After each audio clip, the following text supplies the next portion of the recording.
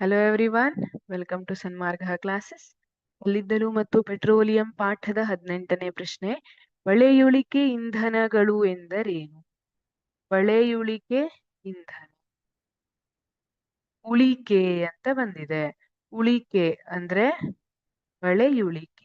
ಪಳೆಯುಳಿಕೆ ಅಂದ್ರೆ ಸತ್ತ ಜೀವಿಗಳ ಉಳಿಕೆಯಿಂದ, ಸತ್ತ ಜೀವಿಗಳ ಉಳಿಕೆ ಅಥವಾ ಅವಶೇಷಗಳಿಂದ ಉಂಟಾಗಿರುವಂತಹ ಇಂಧನವನ್ನ ಪಳೆಯುಳಿಕೆ ಇಂಧನಗಳು ಎನ್ನುವರು. ನಿಮಗೆ ಗೊತ್ತು, ಪೆಟ್ರೋಲಿಯಂ ಮತ್ತೆ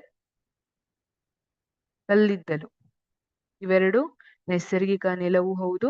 ಇವೆಲ್ಲ ಪಳೆಯುಳಿಕೆ ಇಂಧನಗಳು ಅಲ್ವಾ? ಹಲವಾರು ವರ್ಷಗಳ ಹಿಂದೆ ಸತ್ತ ಸಸ್ಯಗಳೇನಿತ್ತಲ್ಲ, ಭೂಮಿ ತಗ್ಗಾದಂತಹ ಪ್ರದೇಶವನ್ನ ಹೊಂದಿತ್ತು.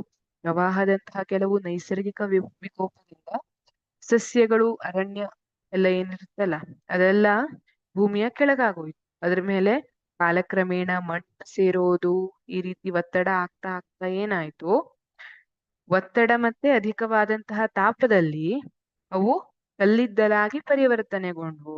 ಅದೇ ತರ ಪೆಟ್ರೋಲಿಯಂ ಹೇಗೆ, ಇದು ಸಮುದ್ರದಲ್ಲಿ ಸತ್ತಂತಹ ಜೀವಿಗಳು ತಳವನ್ನ ಸೇರ್ತಾ ಸೇರ್ತಾ ಸೇರ್ತಾ ಮತ್ತೆ ಅದು ಅಲ್ಲಿ ಕೂಡ ಒತ್ತಡ ಮತ್ತೆ ಅಧಿಕವಾದ ತಾಪದಿಂದ ಪೆಟ್ರೋಲಿಯಂ ಉತ್ಪತ್ತಿ ಆಯ್ತು. ಅದು ಹಾಗಾಗಿ ಅವೆಲ್ಲ ಸತ್ತ ಜೀವಿಗಳ ಉಳಿಕೆಯಿಂದ ಉಂಟಾಗಿರುವಂತದ್ದು. ಅದನ್ನ ಪಳೆಯುಳಿಕೆ ಇಂಧನಗಳು ಹೇಳ್ತೀವಿ. ಪಳೆಯುಳಿಕೆ ಅಂದ್ರೇನು, ನೀವು ಸಮಾಜದಲ್ಲೂ ಕಲ್ತಿರ್ಬೋದು ಅಲ್ವಾ? ಪಳೆಯುಳಿಕೆ ಅಂತ ಬಂದ್ರೆ, ಈಗ ಗತಕಾಲದಲ್ಲೆಲ್ಲ ಆಗೋಗಿರುವಂತಹ ಜೀವಿಗಳು, ಪ್ರಾಣಿಗಳದ್ದೆಲ್ಲ ಏನ್ ಅವಶೇಷ ಇರ್ತದಲ್ಲ ಅದನ್ನ ಪಳೆಯುಳಿಕೆ ಅಂತ ಕರಿತೀವಿ. ಆ ರೀತಿಯಾಗಿ ಉಂಟಾಗಿರುವಂತಹ ಇಂಧನವನ್ನ ಪಳೆಯುಳಿಕೆ ಇಂಧನ ಅಂತ ಕರಿತೀವಿ. ಹಾಗಾಗಿ ಪಳೆಯುಳಿಕೆ ಇಂಧನಗಳು ಅಂದ್ರೆ ಏನು ಅಂದ್ರೆ, ಬಹಳ ಸುಲಭವಾದ ಉತ್ತರ, ಸರಳವಾದ ಉತ್ತರ. ಸತ್ತ ಜೀವಿಗಳ ಉಳಿಕೆಯಿಂದ ಉಂಟಾಗಿರುವ ಇಂಧನವನ್ನು ಪಳೆಯುಳಿಕೆ ಇಂಧನ ಎನ್ನುವರು.